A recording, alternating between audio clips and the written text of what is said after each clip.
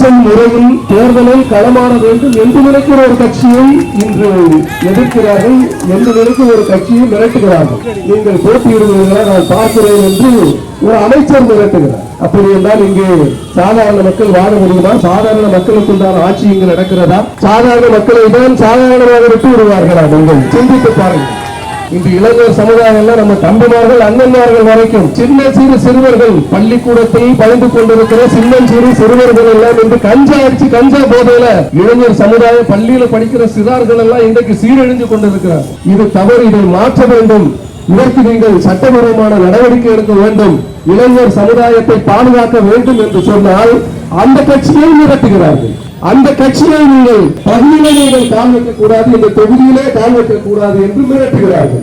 இதையெல்லாம் ஒரு பொருட்டாக மதிக்காமல் இதையெல்லாம் ஒரு கால தூசிக்கு சரம் என்று சொல்லி இந்த தைரியமா துணிச்சலா இருக்கிறார் என்று ஆசிரியர் சொல்வது. பெரம்பூர் மக்களே சற்று சிந்தித்து பாருங்க. அதாவது எங்களுக்கு இந்த மிரட்டுறவங்க இவங்களே ஒரு ஆளே கிடையாது, இந்த மிரட்டுறவங்க ஒரு ஆளே கிடையாது. ஆனா மக்களாகிய நீங்கள் தான் எங்களுக்கு தெய்வங்கள்.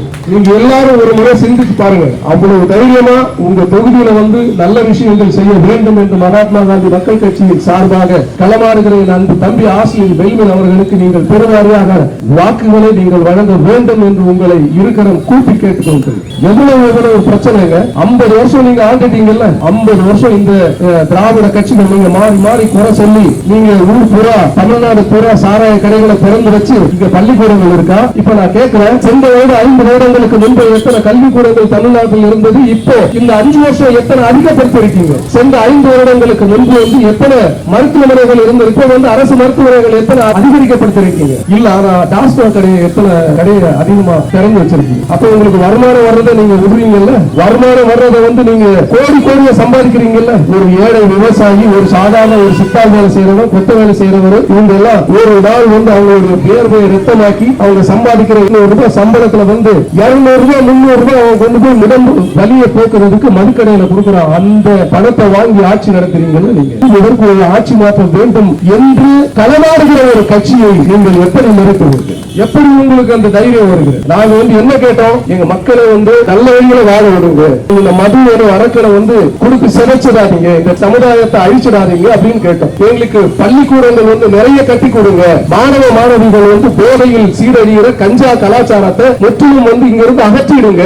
எங்களுடைய மாநிலத்துக்கு இது வேண்டாம், கஞ்சா வேண்டாம், போதை கலாச்சாரம் வேண்டாம், இதை வந்து மாற்றி விடுங்கள், இதை வந்து தடை செய்யுங்கள் என்று கேட்கிற ஒரு கட்சி. இந்த கட்சியை மிரட்டுறாங்க பாருங்க. மக்களாகிய நீங்கள் அனைவரும் உணர்ந்து கொள்ள வேண்டும். எல்லாரும் காசு வாங்கியிருப்பீங்க. நாங்க தொகுதியில வந்து ஒரு 10 நாள சுத்தணும், எல்லா மக்களும் சொல்றாங்க. எல்லாருக்கும் காசு கோடி கோடியா, ஆளுக்கு 5000 10,000 தனியா வேற கொடுத்திருக்கீங்க. மக்களே, நீங்கள் அந்த காசு ஒரு காசை கூட நீங்க வாங்காம இருக்காதீங்க. அதெல்லாம் உங்க பணம் தான். ஒரு ரூபாய் கூட எல்லாமே வாங்கிடுங்க. ஆனா நீங்க உங்களுடைய வாக்குகளை மட்டும், உங்களுடைய அவகாசம் அது, அந்த ஒரு விரல் அதை மட்டும் நீங்க விலக்கி கொடுத்துறாதீங்க. தயவு செய்து நீங்கள் வாக்குச்சாவடிக்கு செல்லும் பொழுது டைமன் வைரம் நம்முடைய சின்னம், வைரம் போல் ஜொலிக்கிற கட்சி மகாத்மா காந்தி மக்கள் கட்சி வெற்றி சின்னம் வைரம் சின்னத்திற்கு உங்களுடைய வாக்குகளை வழங்கி தம்பி ஆசிரியர் பெல்வின் அவர்களை இங்க ஒரு 10, 15, 20 நாளா ஒரு 20 நாளா இங்க வந்து ரூம் எடுத்து தங்கி இருக்கிறார். எங்க தம்பி ஆசிரியர் பெல்வினும் அவருடைய நண்பர்கள் எல்லாம் கிட்டத்தட்ட ஒரு 20-25 பேர் இங்க தங்கி இருக்காங்க.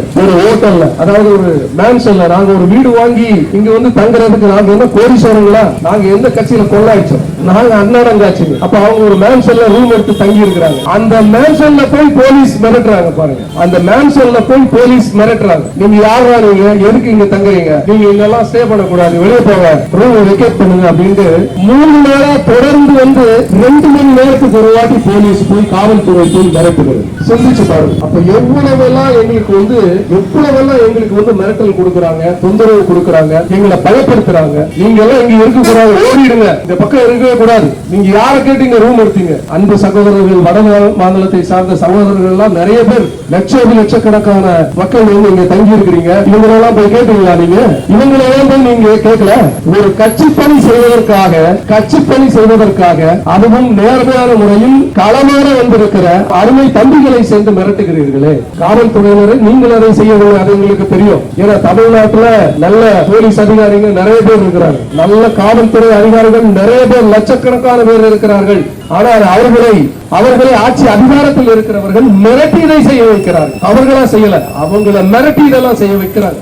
நீங்க எந்த தொந்தரவு கொடுத்தாலும், நீங்க எந்த பிரச்சனை பண்ணாலும், நீங்க என்ன மிரட்டினாலும், நீங்க என்னதான் எங்களுக்கு கஷ்டம் கொடுத்தாலும், வேதனை கொடுத்தாலும், அன்பு தம்பி ஆசிரியர் பெருமின் ஒரு ஓரமா ஒரு பாய விரிச்சு படுத்து கூட இந்த எலெக்ஷனை முடிச்சுட்டுதான் இந்த பெரம்பூர் தொகுதியை விட்டு வெளியே போவோம். அவருடன் தங்கி இருக்கிற அத்தனை பேரும் சொல்றாங்க, நீங்க நடுராத்திரி இறக்கி விட்டா கூட அவங்க எங்க வேணாலும் அவங்க ஓட்டலையும் தங்குவாங்க, இதோ இந்த பிளாட்பாரத்திலும் தங்குவாங்க. அதுதான் மகாத்மா காந்தி மக்கள் கட்சியை சார்ந்தவர்களுக்கு அந்த கட்சி கற்றுக் கொடுத்து. ஆகையால் இதற்கெல்லாம் நாங்கள் அஞ்ச மாட்டோம், இதற்கு பயப்படவே மாட்டோம். இது வந்து எங்களுக்கு ஒரு பெரிய விஷயமும் கிடையாது. நாங்க இதெல்லாம் தாண்டி இங்க வந்தவங்க தான். ரைட்டா? என்னன்னா நீங்க எங்களை ஃப்ரீயா விட்டுருக்கணும். நீங்க எங்களை ஃப்ரீயா விட்டுருந்தா நாங்க பாட்டுக்கு ஏதோ ஒரு நாமினேஷன் கட்டிட்டு ஒரு 50 பேர் 100 பேரை சேர்த்து எலெக்ஷன் முடிச்சிட்டு ஊருக்கு போயிட்டு இருப்போம்.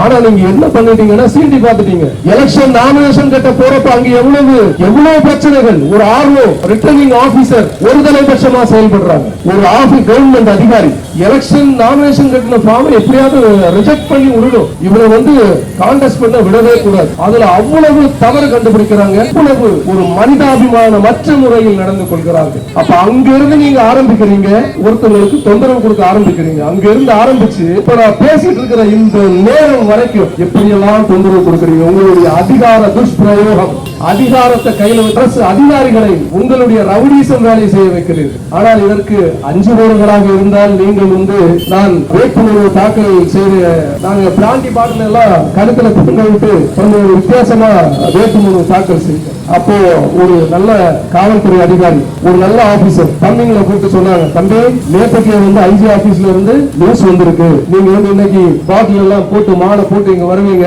இது மாதிரி நீங்க வேட்புமனு தாக்கல் பண்ண போறீங்கன்னு வந்திருக்கு, நீங்க வந்து சைலண்டா அதை பண்ணுங்க, எல்லாருக்கும் நியூஸ் வந்திருக்கு, அது நீங்க சைலண்டா பண்ணுங்க அப்படின்னு சொல்றேன். அன்னைக்கு நீங்க வந்து மிரட்டுக்கே நாங்க ஓடி போயிருப்போம். அன்னைக்கு ஓரளவு அதையும் தாண்டி நாங்க பிடிச்சி நின்னோம்னா இன்னைக்கு வரைக்கும் நிற்போம், இனி நிற்போம். இந்த எலெக்ஷன் முடிகிற வரைக்கும் இந்த தொகுதியில நின்று 2 பார்த்துட்டு தான் போகும்.